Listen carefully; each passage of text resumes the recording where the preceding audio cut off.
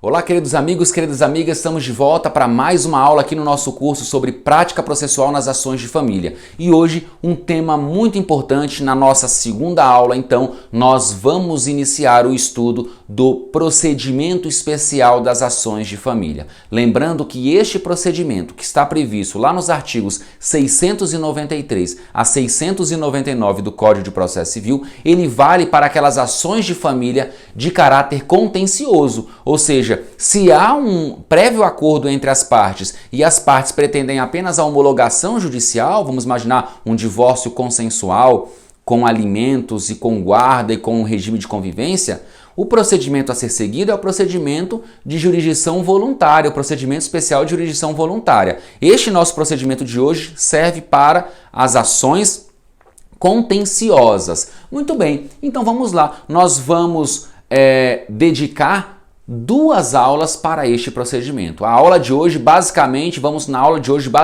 falar sobre a petição inicial e sobre a tutela provisória, que há um campo imenso para se trabalhar com as tutelas provisórias. Vamos iniciar. Introdução. O que nós temos que saber primeiro sobre este procedimento especial das ações de família? As suas 4 grandes características. A primeira característica diz respeito à busca constante pela solução consensual do conflito familiar. Primeiro, nós temos que saber que o conflito ele ocorre no seio familiar. No momento em que esse conflito é levado para o judiciário, esse conflito então é judicializado e nós temos então um litígio. Note que conflito é uma coisa, litígio é outra coisa. Muito bem.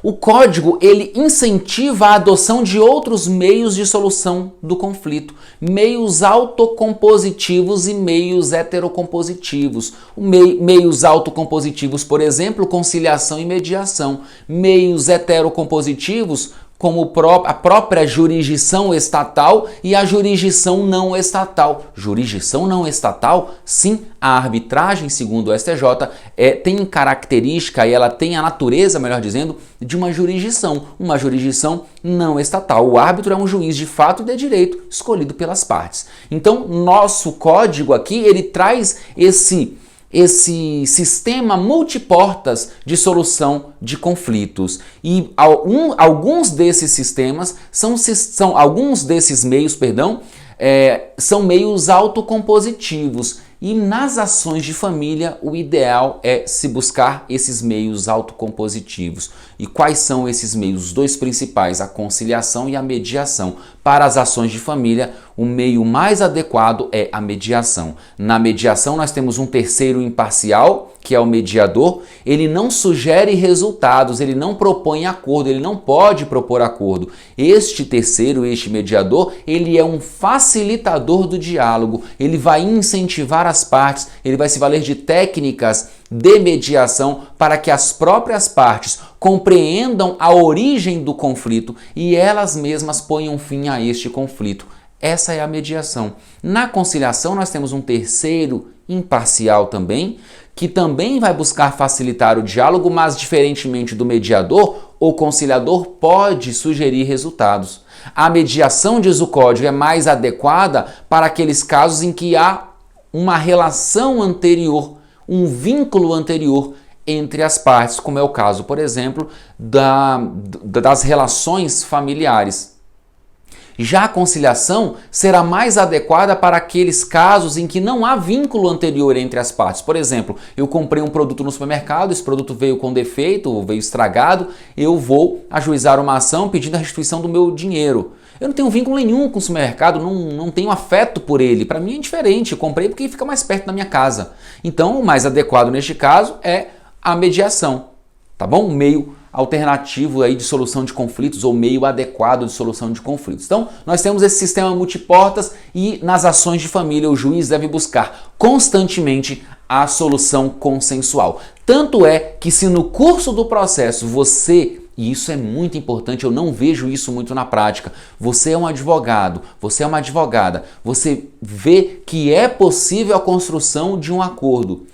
Sugestão: ligue para o outro advogado, comece a construir um acordo, tente resolver. Quanto mais rápido resolver o conflito, para você inclusive é melhor. Claro, você tem que pensar no seu cliente, pense no seu cliente, mas pense também em todas as consequências de um acordo. Os efeitos são ótimos para todos, então vá construindo um acordo, percebendo que há uma possibilidade de diálogo, requeira ao juiz desde já a suspensão do processo, porque a busca deve ser constante e o código diz que se as partes quiserem, elas podem requerer a suspensão do processo para tentar a construção de um acordo. Depois apenas é só apresentar o acordo para homologação. Ah, não conseguiu o acordo? Peticione uma petição simples com 3 linhas pedindo prosseguimento do processo. Tá legal? Segunda característica, atuação de equipe multidisciplinar para auxiliar na solução do conflito familiar. O conflito familiar é complexo. A solução do conflito familiar não depende única e exclusivamente do conhecimento jurídico do juiz ou dos demais atores processuais. Muitas vezes, a solução adequada daquele conflito, ainda que por meio judicial, depende de um conhecimento específico, conhecimento de psicólogos, de psiquiatras, de pedagogos, conhecimento de assistentes sociais, enfim, são vários profissionais que vão integrar uma equipe multidisciplinar para auxiliar o juiz na hora de decidir. Se você está ajuizando uma ação, se você pretende a ampliação do período de convivência do pai com a criança ou da mãe com a criança, independentemente de se discutir guarda neste primeiro momento, talvez seja interessante requerer o quê? Requerer uma perícia. Em que sentido essa perícia? É uma análise, um parecer psicossocial que será realizado. Uma equipe multidisciplinar, psicólogos e assistentes sociais vão visitar o lar daquela criança, o lar materno, o lar paterno, verificar de que modo vão entrevistar a criança ou adolescente, uma entrevista que nós chamamos de um depoimento sem dano ou uma entrevista que não se configure ali uma oitiva formal. Claro, esses profissionais eles são altamente treinados para a obtenção de informações de crianças e adolescentes, para que eles possam compreender a realidade e para que eles possam dar um parecer no sentido de se é possível ou não, naquele momento, ampliar o espaço de convivência. Por isso a importância desta equipe multidisciplinar. O juiz já tem a equipe multidisciplinar? Por exemplo, aqui no TJDFT há servidores que integram essas equipes multidisciplinares. Eles integram, são psicólogos, assistentes sociais, prestaram concurso, passaram no concurso e são servidores do tribunal. Há estados em que não há, mas você pode requerer que o juiz nomeie um psicólogo também para servir como um perito naquele processo. Uma perícia na área das famílias, do direito das famílias. Tá legal? Muitas vezes há universidades, faculdades com essas equipes, com projetos. Você pode se valer desses projetos até mesmo para diminuir o custo eventual dessa atividade, da realização desse parecer. Tá legal? Muito importante isso. Terceira característica também, procedimento obrigatório para determinadas ações. Quais são as ações? Divórcio, separação, reconhecimento e extinção de união estável, guarda, visitação e filiação. Claro, desde de caráter contencioso, porque se não houver litígio, se não houver conflito, nós vamos utilizar o procedimento especial de jurisdição voluntária. Então, a adoção desse procedimento que nós estamos explicando hoje, esse procedimento vai ser adotado quando houver um conflito, ou seja, as ações de caráter contencioso. Esse rol é taxativo ou exemplificativo? Exemplificativo. Se você ajuizar uma ação de família que não se trate de divórcio, separação, reconhecimento de solução de união estável, visitação, filiação, você pode requerer, mas é importante que você diga isso na petição também, a adoção deste procedimento, para que o procedimento seja então previsível, as fases procedimentais sejam previsíveis. Agora, cuidado, porque há algumas ações envolvendo o direito das famílias que vão seguir procedimento próprio, porque a própria lei especial, por exemplo, nas ações de alimentos, há uma lei sobre alimentos. A própria lei já prevê o procedimento. Você tem que se atentar muito para esta questão, vou falar daqui a pouco, tá? Deixa eu falar sobre a última característica, a quarta característica, que é a especialidade do ato citatório. Nas ações de família, elas não seguem a mesma lógica, a mesma sistemática do procedimento comum. No procedimento comum, o réu ele é citado e intimado para comparecer a uma audiência de conciliação ou mediação. Na ação de família também. Só que qual é a diferença? A diferença é que no procedimento comum ele recebe o mandado citatório e a contrafé, a cópia da petição inicial. Ele já vai para a audiência de conciliação sabendo quais são os fatos que estão sendo imputados contra ele. Nas ações de família, não. O ideal não, o correto, segundo a lei, é o réu, a parte ré, ser citada sem receber a cópia da petição inicial. Olha só que interessante. Recebida, artigo 695, recebida a petição inicial e, se for o caso, tomadas as providências referentes à tutela provisória, falaremos hoje sobre tutela provisória, o juiz ordenará a citação do réu para comparecer à audiência de mediação e conciliação, observado o disposto no artigo 694. O mandado de citação conterá apenas os dados necessários à audiência e deverá estar desacompanhado de cópia da petição inicial, assegurado ao réu o direito de examinar seu conteúdo a qualquer momento. Ele não vai receber agora, mas claro, ele pode acessar o conteúdo a qualquer momento. Ele vai contratar um advogado, por exemplo, o advogado vai se habilitar nos autos e poderá obter, claro, a cópia da petição inicial. Mas o ideal é que nesse primeiro momento ele não receba, para que ele esteja mais aberto a um possível acordo, para não transformarmos esta ação de família em um instrumento para agravar ainda mais as questões emocionais envolvidas naquele conflito. Tá legal? Isso é importante. Então nós temos aqui uma especificidade no tocante ao ato citatório. A citação ocorrerá com antecedência mínima de 15 dias, tranquilo, da data designada para a audiência. Portanto, se o seu cliente foi citado com antecedência de menos de 15 dias, o que você tem que fazer? Não espere o juiz simplesmente fazer a audiência sozinho. Foi menos de 15 dias, não vamos comparecer. Não, já peticione. Juiz, acabei de ser constituído, ele foi citado com antecedência anterior a 15 dias, ou seja, ele foi citado apenas a 5 dias da data designada, não houve tempo de conversar com o cliente, de preparar o cliente ou mesmo compreender todas as questões envolvendo este processo, venho requerer a redesignação da audiência de conciliação ou a redesignação da audiência de mediação, conforme o caso. Então você pode fazer isso. Se você achar que o fato de ele ter sido citado com antecedência menor de 15 dias e o fato de ele ter sido citado dessa forma, sem essa observância, se isso não vai atrapalhar, você pode, claro, no dia da audiência, comparecer com o seu cliente.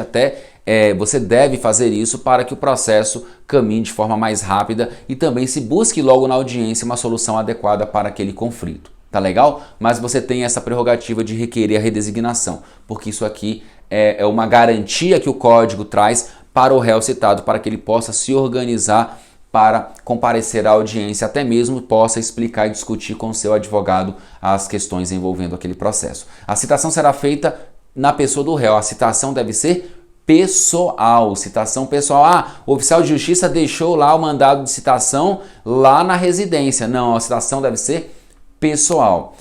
Parágrafo 4º. Na audiência, as partes deverão estar acompanhadas de seus advogados ou de defensores públicos. Imprescindível a presença do advogado na audiência. Tudo isso a gente vai falar também mais para frente, a gente vai mencionar os outros dispositivos. Nos interessa aqui essa peculiaridade do mandado de citação. Muito bem, voltando aqui agora, então falamos da especialidade do ato citatório, ele não recebe cópia. Meus amigos, eu disse que esse rol é exemplificativo, ou seja, ele não impede que o procedimento das ações de família seja adotado para outras ações que não essas aqui. Perfeito, pode, mas cuidado, se houver uma lei específica tratando do procedimento, esta lei deve ser observada. É o que ocorre, por exemplo, com a lei dos alimentos, ou lei de alimentos, e com o Estatuto da Criança e do Adolescente. A Lei 5.478 de 68, Lei de Alimentos, ela trata do procedimento. E nesta lei, nós falaremos sobre ela também no nosso curso, o réu, a parte ré, ela é citada para comparecer a uma audiência e nesta audiência ela já deve levar a contestação. Porque é uma audiência una, audiência de conciliação, instrução e julgamento. E muitos juízes têm observado o procedimento desta lei. Outros estão adotando o procedimento do CPC. Eu particularmente entendo que o do CPC seria melhor. um procedimento só para todas as ações de família, salvo as ações previstas no Estatuto da Criança e do Adolescente. Mas alguns juízes entendem que se a ação for só de alimentos, porque veja, se a ação for de divórcio, alimentos e guarda, nós vamos observar o procedimento padrão aqui para as ações de família. Se a ação for única e exclusivamente de alimentos, o juiz pode adotar a lei específica, a lei especial. E aí o que acontece? O que acontece é que o réu ele recebe o mandado de citação e você, como advogado do réu, deve ler esse mandado. Porque no mandado se constar citado nos termos da Lei 5.478/68, significa ele está sendo citado para uma audiência de conciliação, instrução e julgamento. Já leve a contestação. Já leve a contestação. Porque a ausência do réu é revelia e a ausência de contestação é revelia. Tá legal? É muito importante. Pode ser, já vi, alguns juízes citam com base na Lei 5.478, mas lá na audiência eles colocam assim na ata da audiência. Tendo em vista que não houve acordo, fica o réu intimado a apresentar no prazo de 15 dias sua contestação. Beleza, não apresente. Espere, volte para o seu escritório, leia novamente sua contestação, converse com o réu e apresente no prazo. Mas se o juiz não disser nada, excelência, o procedimento que está sendo adotado, que o senhor está adotando, é o procedimento das ações de família previsto, o procedimento no CPC, ou é o procedimento especial previsto na Lei 5.478? Por que, doutor? Por que, doutora? Porque se o procedimento for da Lei 5.478, eu já vou apresentar a contestação. Se o procedimento for da ação de famílias, do CPC, o meu cliente então deve ser intimado neste momento para apresentar a sua contestação em 15 dias. Se Vossa Excelência me permite, eu gostaria que fosse adotado o procedimento das ações de família para que eu possa conversar melhor com o meu cliente e, tendo em vista o diálogo que foi estabelecido nesta assentada, eu possa então ou verificar a possibilidade de uma proposta de acordo ou mesmo fazer modificações na minha contestação. Basta o diálogo na audiência, mas note como o juiz vai olhar para você. Nossa, esse advogado, essa advogada é muito preparado. Você já chega demonstrando que você sabe todos os cenários, que você está preparado para qualquer cenário possível processual. E muitas vezes sequer o juiz pensou nisso. Acredite, muitos não pensam nessas questões. E às vezes o cartório expede um mandado de citação de qualquer jeito. Se o cartório não for organizado, vai ser de qualquer jeito. Se o cartório for organizado, vai ser tudo certinho. Mas você vem com isso para a audiência. Tá bom? Por isso é importante ler o mandado para poder verificar se há a menção à lei especial ou não. E em relação ao Estatuto da Criança e do Adolescente, mesma coisa. Há procedimentos específicos lá no ECA e, portanto, o procedimento deve ser aquele previsto no próprio Estatuto. Tá legal? Beleza. Já lemos esse dispositivo. Procedimento especial agora. Fizemos essa introdução sobre esses principais aspectos do nosso procedimento das ações de família. Primeira coisa, competência para as ações de família. Qual vai ser o juízo?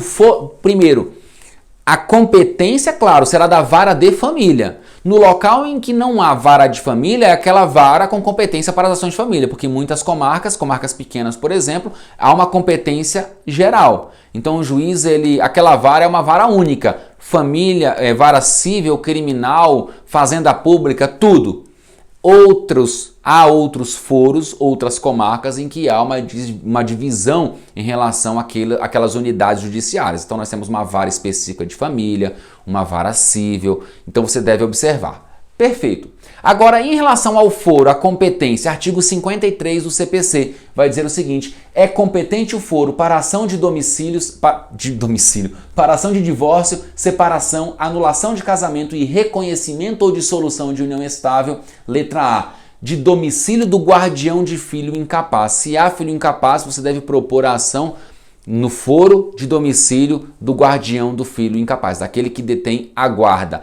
A guarda é compartilhada, lar de referência. O lar de referência é o materno, então vai ser na vara de família da comarca onde aquela criança, aquele adolescente convive e tem o seu lar de referência. Tá legal? Não há filho incapaz, no foro do último domicílio do casal. Não há filho incapaz e nenhuma das partes reside no foro no último domicílio. Domicílio do réu. Domicílio do réu, então. Note que o código ele não trabalha mais com o foro de domicílio da mulher como regra.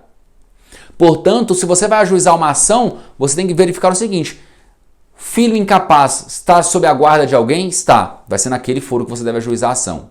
Não há mais filho incapaz. Último domicílio do casal. Uma das partes reside no foro do último domicílio do casal? Sim, vai ser naquele foro. Se for o autor, no foro do seu domicílio.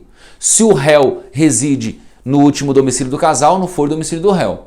Ah, não há filho incapaz e ninguém reside no último domicílio do casal. Domicílio do réu, o que significa dizer que se a mulher for a autora, nesta hipótese, ela deve propor ação no foro domicílio do homem, do réu. Do réu. Claro, em caso de uma união aqui, uma união entre homem e mulher, pode ser um casamento, uma união estável. Tá legal? Então isso é importante. Ah, união homoafetiva, aí eu acabo que eu vou observar esta regra, também normal, porque ele não diz homem e mulher, ele diz réu. Então pouco importa. Note que não há mais, portanto, como havia antigamente, a regra de competência pelo foro domicílio da mulher.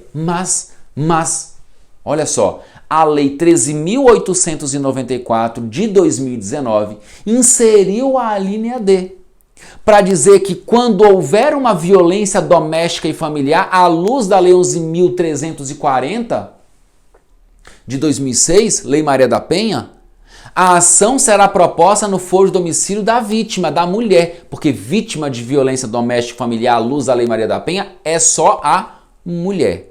Portanto, é uma alteração legislativa importantíssima, importantíssima. Tá legal? Esse é o inciso 1. E o inciso 2, de domicílio ou residência do alimentando, para a ação em que se pedem alimentos. Se a pessoa está pedindo alimentos, vai ser no foro do seu domicílio.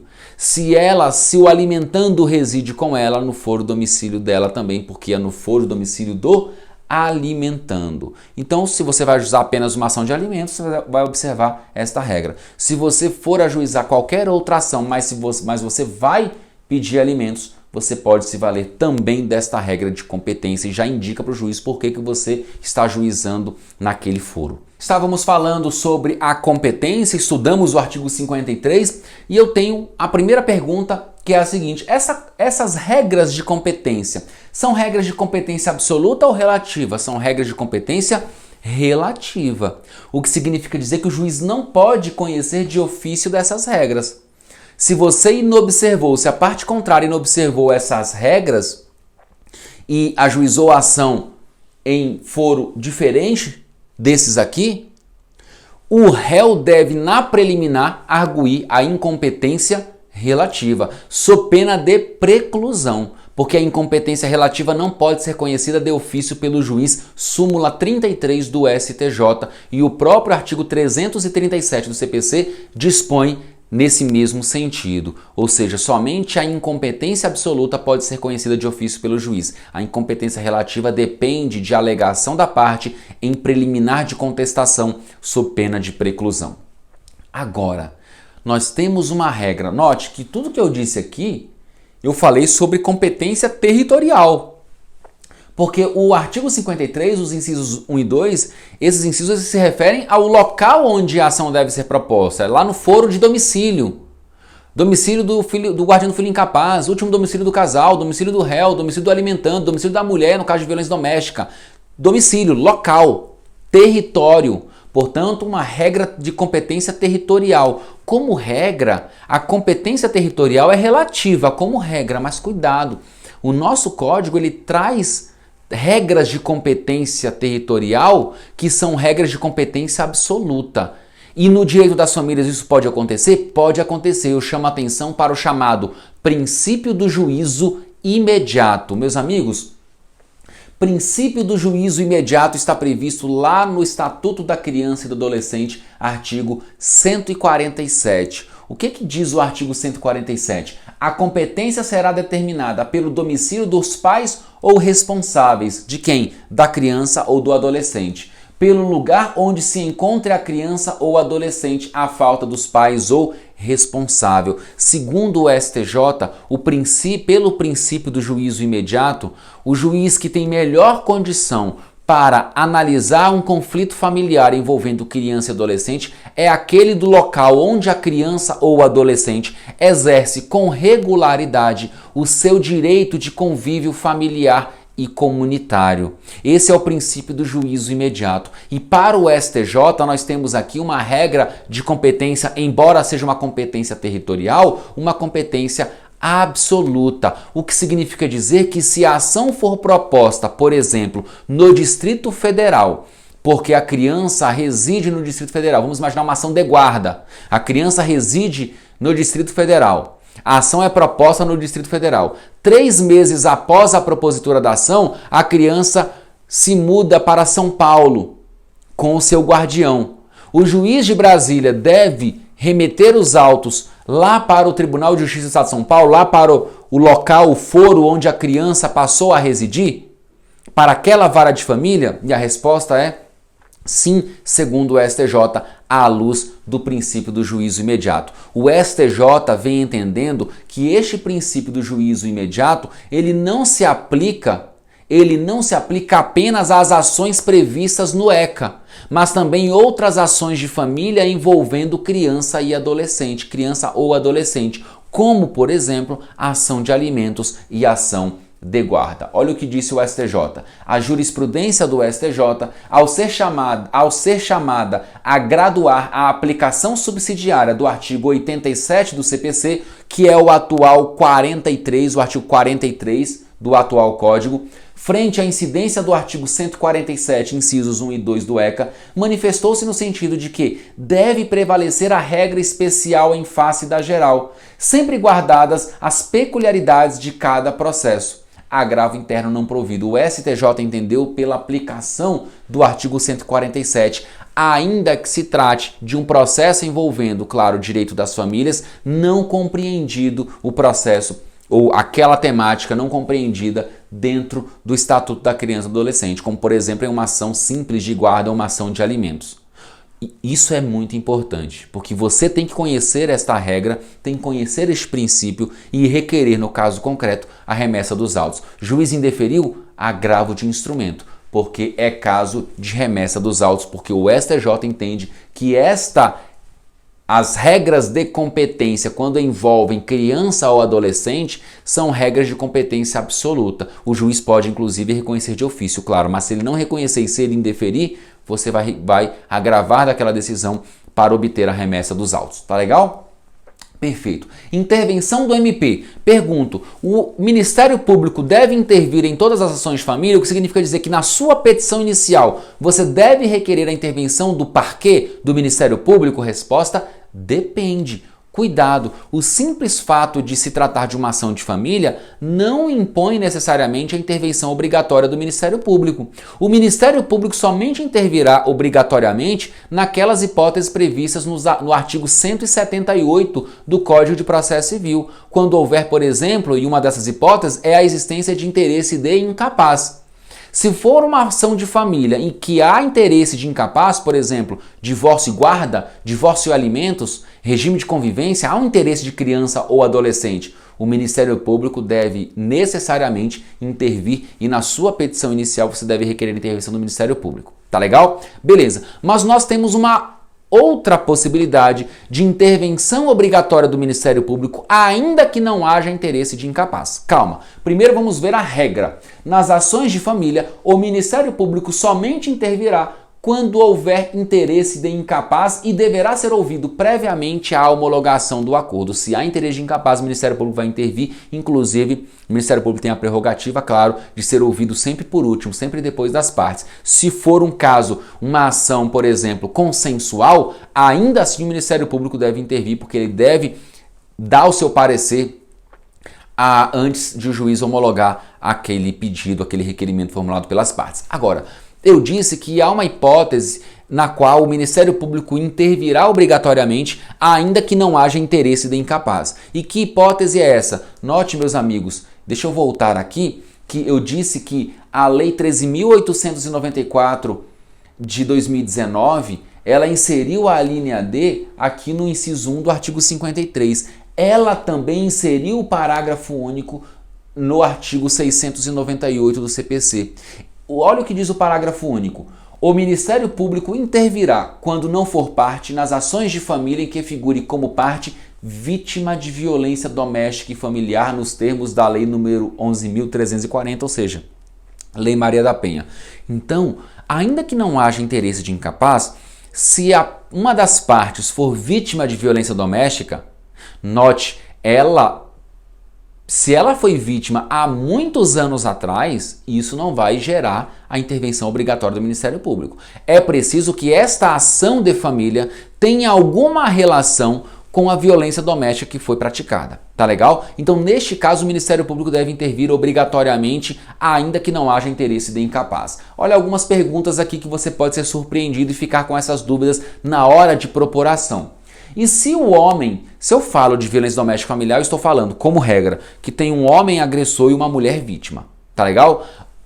A doutrina majoritária também admite a utilização da Lei Maria da Penha como forma de proteção de mulher vítima de violência doméstica em uma união homoafetiva. Não há problema nisso. O importante é sempre verificar quem é a vítima, se é a mulher. Tá legal? Beleza. Ah, mas, por exemplo, e um transgênero?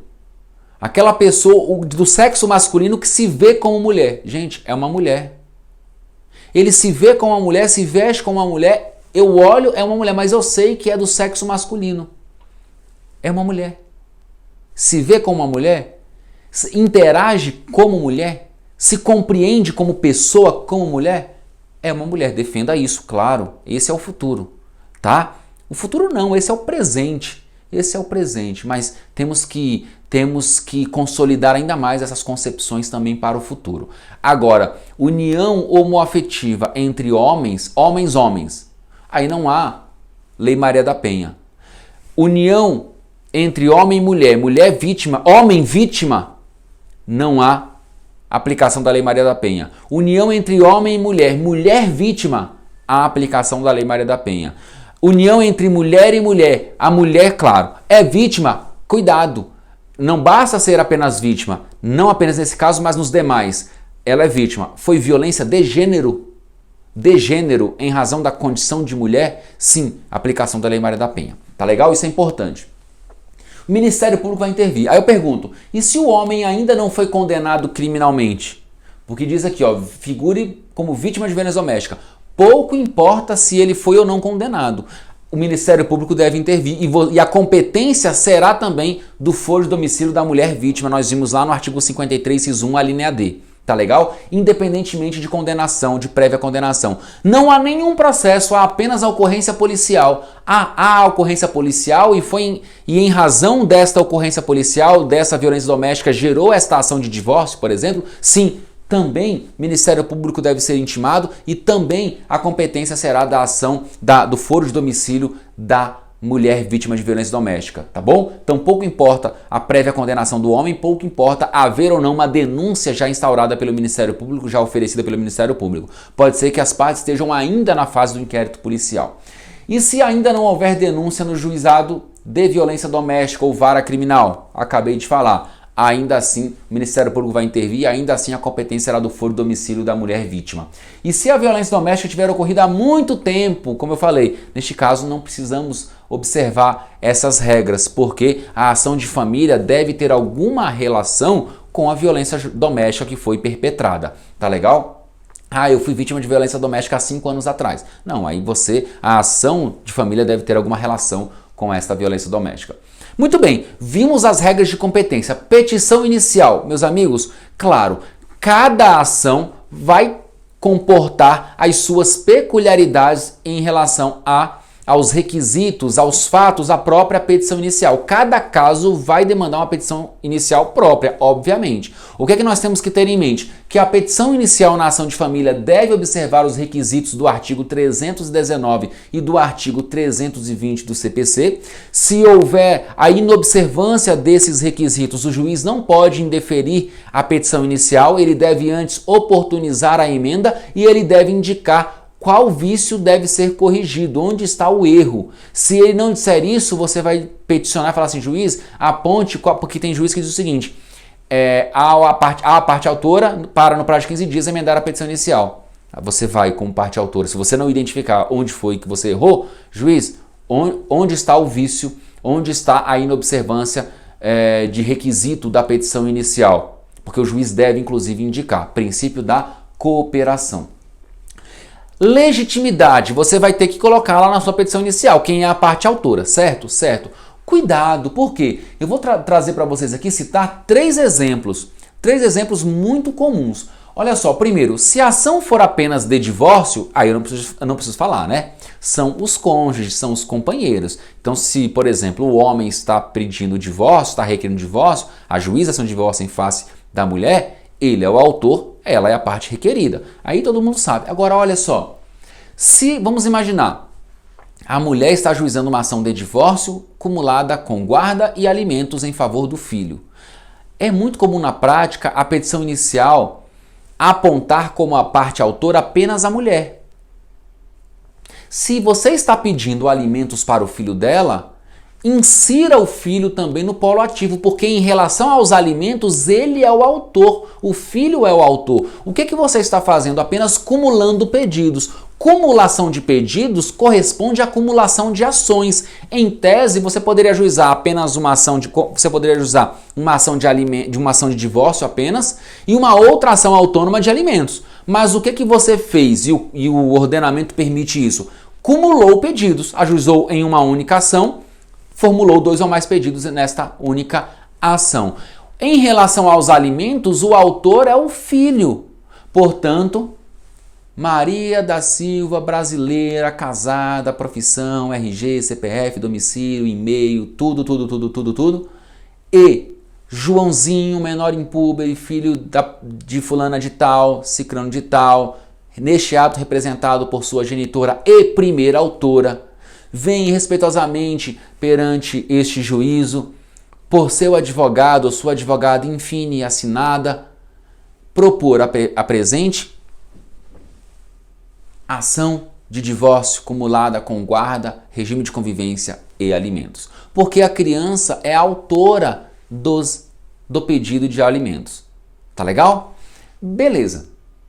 Isso é importante. O STJ, aí você deve estar pensando, olha, eu sei que parece que o STJ alguma vez já disse que ela poderia representar, seria uma legitimidade extraordinária, ou seja, a mãe poderia em nome próprio pleitear um direito alheio do seu filho. O STJ reconheceu, mas você sabe por que o STJ reconheceu? Porque o processo já havia chegado no STJ, o STJ viu e falou assim, caramba, aqui há uma ilegitimidade ativa em relação aos alimentos, mas não é justo extinguir esse processo. Então eu vou aqui fazer uma interpretação para admitir esta ação, para não ter que extinguir essa ação. Por isso que o STJ reconheceu. Basicamente foi isso. A história é essa. Mas o correto, tecnicamente, você deve inserir a parte, no caso, a criança, que é a autora dos alimentos, lá no polo ativo. Tá legal? Petiçãozinha vai ficar bonita. E em relação à guarda, uma outra questão importante é que muitos advogados ajuizam a ação de guarda colocando a criança como parte. Criança não é parte. A mãe quer a guarda unilateral do filho. O pai quer a guarda unilateral do filho. O pai quer modificar a guarda. A mãe quer modificar a guarda. Enfim, o pedido é do pai, é da mãe. O pedido é do pai, porque ele quer a guarda unilateral, ou ele quer a guarda compartilhada, ou quer modificar, ou quer ampliar o regime de convivência, ou restringir o regime de convivência. Portanto, meus amigos, aqui não há que se colocar criança ou adolescente no polo ativo ou passivo. O que pode colocar é fulano de tal, qualificação completa, propor a presente ação de guarda de Joãozinho da Silva, que é a criança, em face de João pai da Silva, entendeu? Então, cuidado também. Petição tem que ser técnica, tem que ser bem construída. Perfeito. E o valor da causa? Também um ponto importante nas ações de família. Note, se você ajuiza, primeiro, quando você recebe a demanda, ou seja, o seu cliente comparece no seu escritório e apresenta todo o conflito para você, você já vai começar a fazer os apontamentos. Então já sei, eu tenho que entrar com ação com pedido de divórcio. Quer alimentos para você? Quero alimentos para a parte autora. Ah, tem filhos? Tem, filho tal. Tem alimentos para ele? Tem, quero também. Filho, observação, deve ser autor também. Guarda, regime de convivência, tudo. Com isso, você vai lá para o artigo 292 CPC.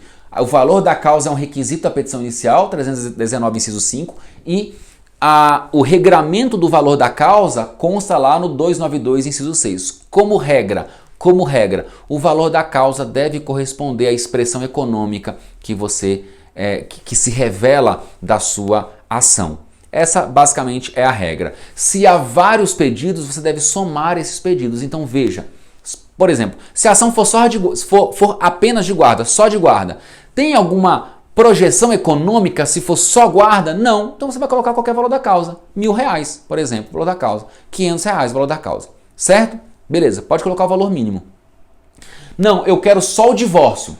Só o divórcio, ou só a separação judicial, ou só a dissolução, o reconhecimento de dissolução de união estável. O único pedido não tem expressão econômica, valor mínimo, claro, valor mínimo, porque aí você tem a possibilidade aqui de não ser condenado ao ônus de sucumbência. Perfeito. Não, é divórcio mais partilha de bens. Qual vai ser o valor da causa? O valor estimado dos bens. Ah, tem um bem imóvel e tem um bem móvel, um veículo qualquer. Você vai pegar aquele patrimônio, vai ver mais ou menos quanto ele vale e vai colocar, seja sempre razoável, valor proporcional. Não invente de colocar um valor muito alto, porque se o juiz não reconhecer todo o pedido de partilha, o seu cliente vai ser condenado no ônus de sucumbência, inclusive honorários advocatícios, proporcionalmente. Então veja o valor, coloque um valor razoável. Até mesmo, mas eu vou colocar algum valor alto porque aí meus honorários vão lá para cima. Cuidado, porque você tem que pensar no seu cliente, tá bom? Então, se for divórcio e partilha, valor estimável do bem. Além do divórcio, a parte pediu partilha e alimentos. Qual é o valor da causa? Inciso 6, o 292. Valor estimável do bem mais 12 prestações de alimentos. Você pretende o pagamento de alimentos no valor correspondente a um salário mínimo? Sim, então você vai pegar um salário mínimo e multiplicar por 12. Chegou no resultado total de um ano de salário mínimo mais o valor estimável do bem. Tá legal? Esse vai ser o valor da causa. E se você advoga para a parte requerida e a parte autora não observou isso, você deve impugnar o valor atribuído à causa. Tá legal? O juiz pode modificar, reconhecer este equívoco de ofício? Pode, mas às vezes o juiz também não percebe, você como advogado réu deve impugnar. Tá legal? Muito bem. Meus amigos, terminamos aqui o nosso segundo bloco, muita coisa já também. Vamos passar agora para o estudo das tutelas provisórias. Não conseguiremos terminar o estudo da tutela provisória ou das tutelas provisórias na aula de hoje, mas nós vamos iniciar este importantíssimo estudo e vamos concluir este estudo na nossa terceira aula, tá bom? Então vamos para o nosso terceiro e último bloco da aula de hoje. Agora o nosso próximo tema, um belíssimo tema, tutela provisória. Meus amigos, quem sabe trabalhar com tutela provisória sai na frente de qualquer processo. É importante compreender como o Código sistematizou a tutela provisória. E o que eu vou mostrar para vocês aqui, vocês não vão encontrar, eu garanto isso, vocês não vão encontrar esse esquema em obras jurídicas. Por quê? Porque me parece que uma boa parte da doutrina trabalha de forma com todas as vênias equivocada. Por quê? Porque o que você encontra hoje em doutrina é o seguinte: a tutela provisória pode ser a tutela provisória, ela é gênero da qual são espécies a tutela de urgência e a tutela da evidência, certo? Certo. Por isso que você tem dificuldade de aprender tutela provisória. Por isso que você lê os artigos 294 até o 311 do CPC e às vezes tem uma certa dificuldade em compreender a sistemática. Por quê? Porque a distinção, a subdivisão em relação à tutela provisória não é quanto ao fundamento ou aos fundamentos. Note, urgência e evidência, melhor dizendo, são fundamentos para a concessão de uma tutela provisória. Não são espécies. Por isso que você muitas vezes se confunde. Então vamos terminar com a confusão, vamos aprender de vez? Olha só, eu trabalho com esse esquema para explicar o seguinte. Quando nós falamos em tutela provisória, nós estamos falando em um provimento jurisdicional, uma decisão judicial não definitiva. Uma decisão precária. Por que precária? Porque ela pode ser modificada a qualquer momento. Esse provimento jurisdicional, ele pode revelar a possibilidade de a parte já gozar, desde já, da sua pretensão, gozar do direito ou dos efeitos do seu pedido.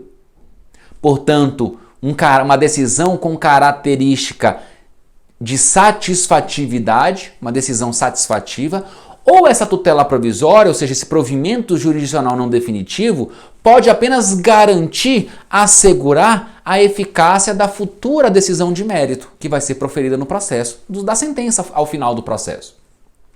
Nós temos um provimento, então, um pronunciamento judicial de natureza assecuratória. Aquela primeira de natureza antecipada e essa segunda de natureza assecuratória. Aquela antecipada é satisfativa e essa é meramente assecuratória.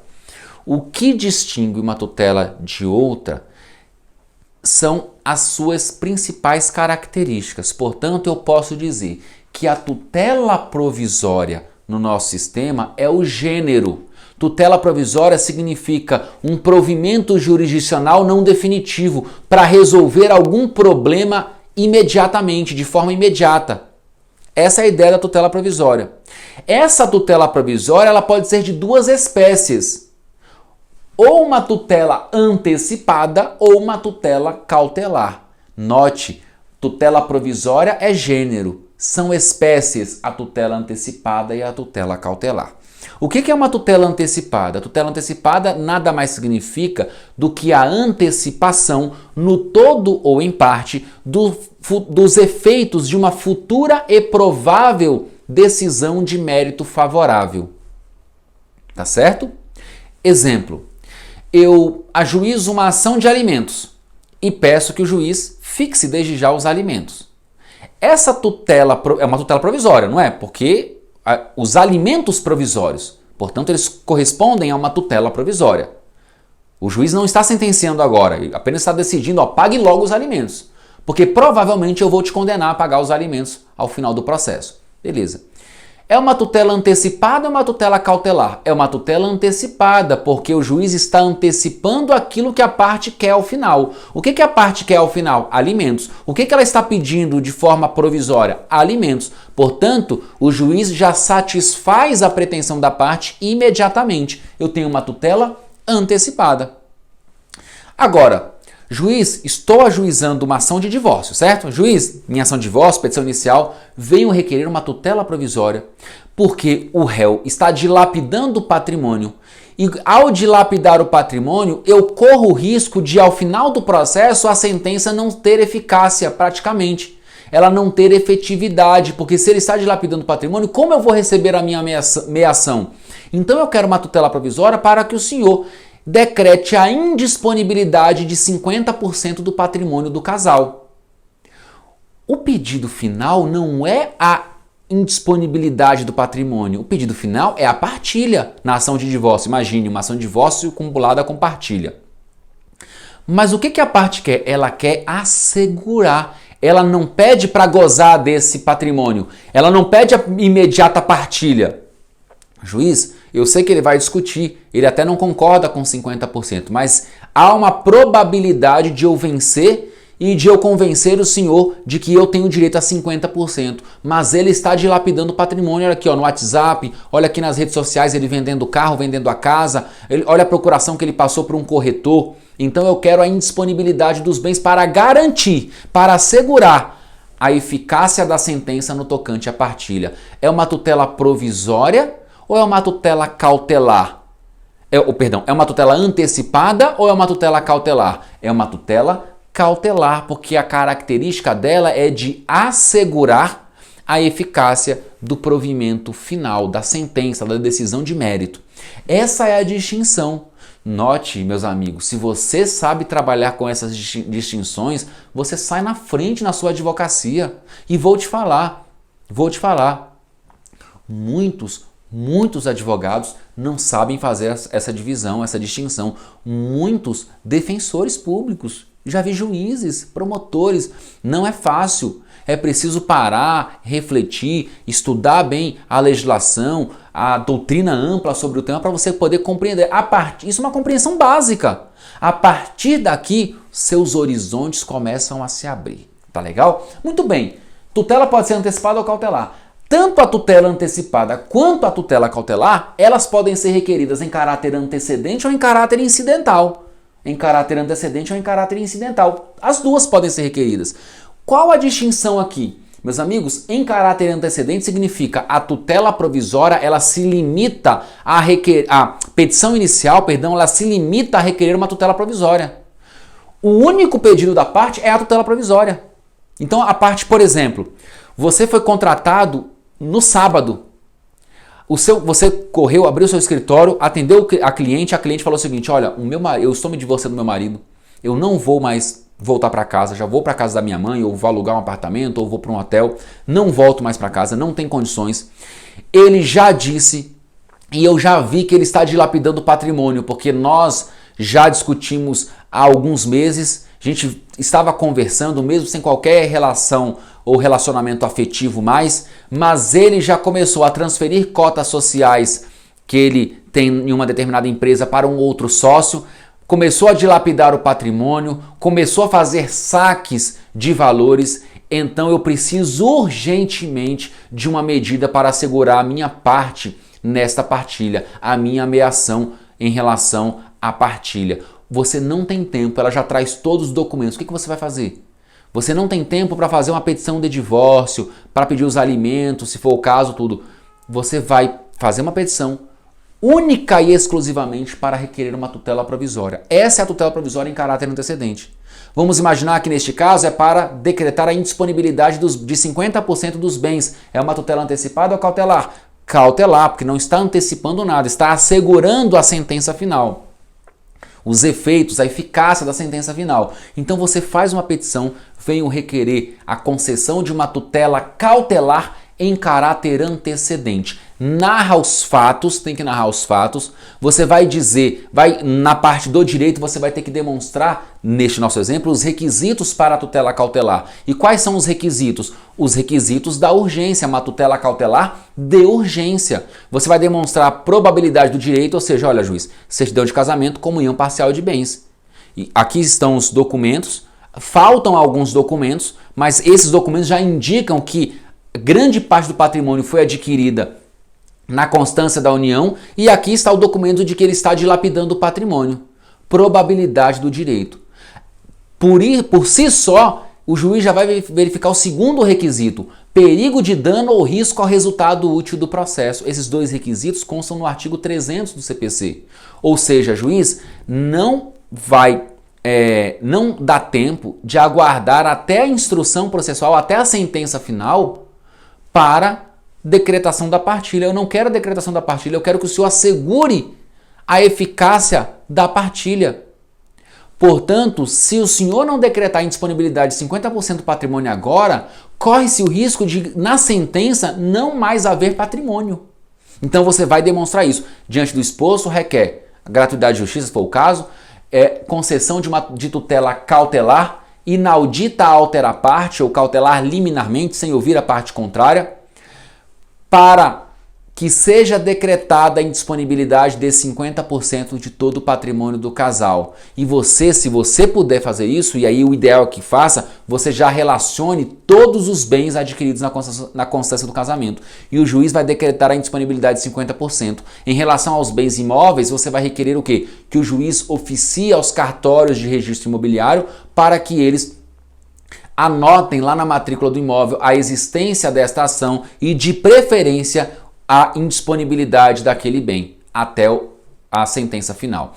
Essa é a ideia aqui da tutela provisória, que pode ser antecipada ou cautelar, requerida em caráter antecedente. Tá legal? E quando é que a tutela provisória, que pode ser antecipada ou cautelar, vai ser requerida em caráter incidental? Significa no curso do processo. Ou seja, você já ajuizou a ação. No curso do processo surgiu alguma situação que vai impor ou pelo menos gerar a necessidade de uma tutela provisória.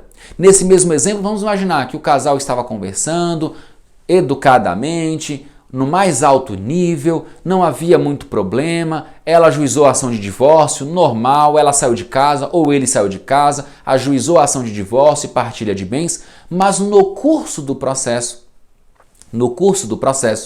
se verificou que a outra parte estava dilapidando o patrimônio. Você vai requerer então em caráter incidental. Em caráter incidental, é no curso do processo, você vai atravessar uma petição nos autos requerendo a tutela provisória. Fácil? Essa é a diferença. Agora tem um outro ponto também que há muita confusão. Esse talvez seja o ponto de maior confusão e você não vai cair mais, se é que você já caiu, nesse equívoco. Que equívoco é esse? Olha só.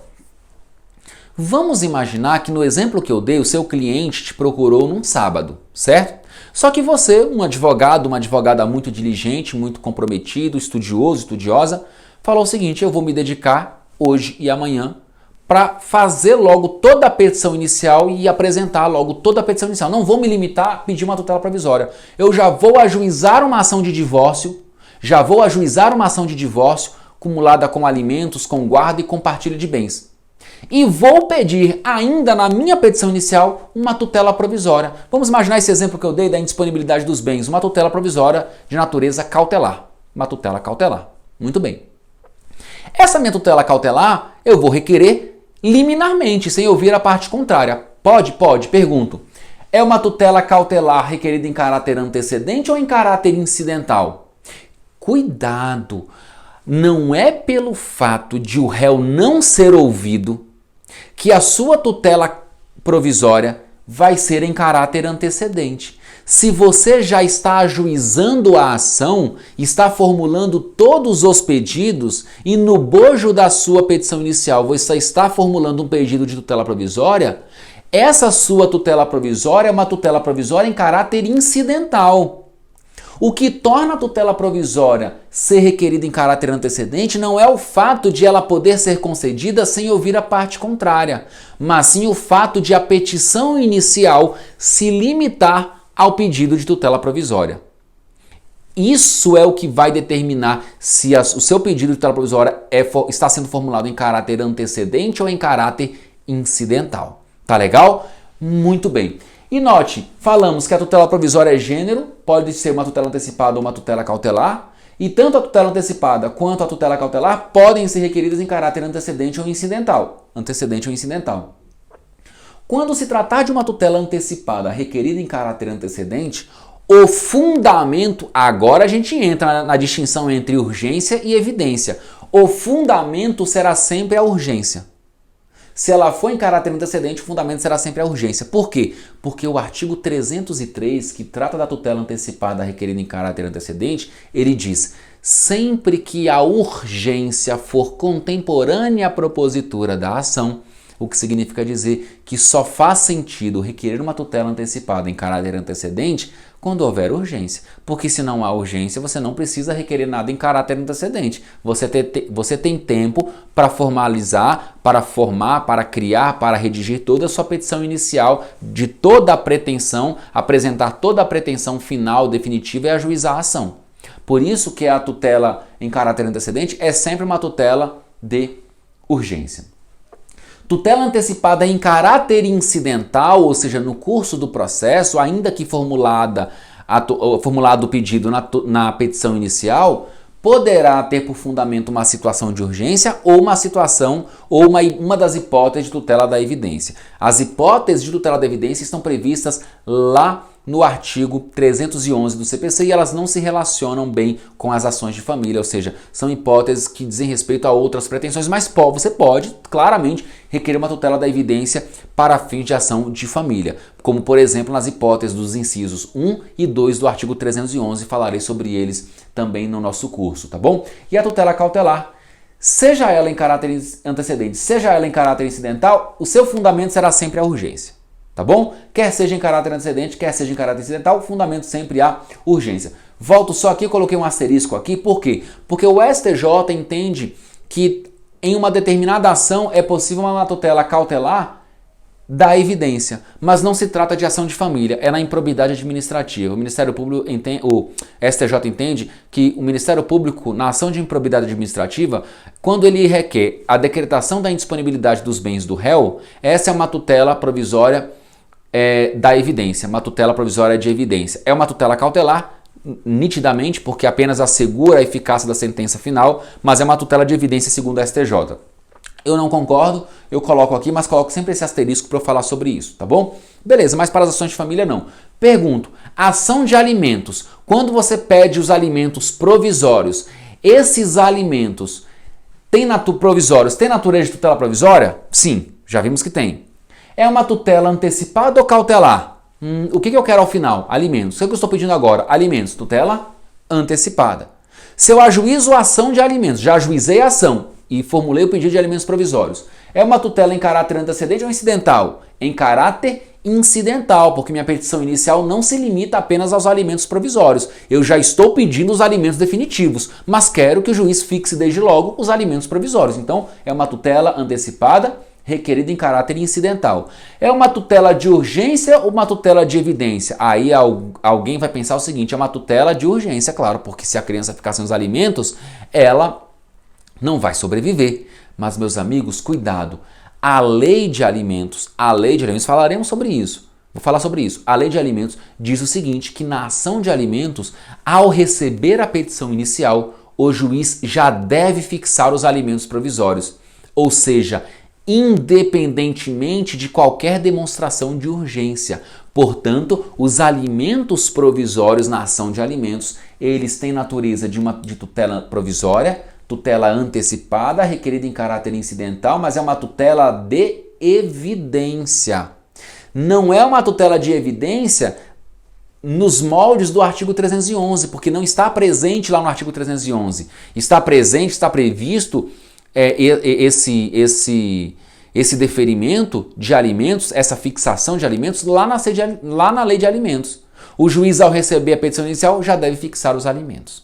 Tá legal? E se a parte autora ajuizou uma ação de alimentos e não pediu alimentos provisórios, o juiz pode de ofício?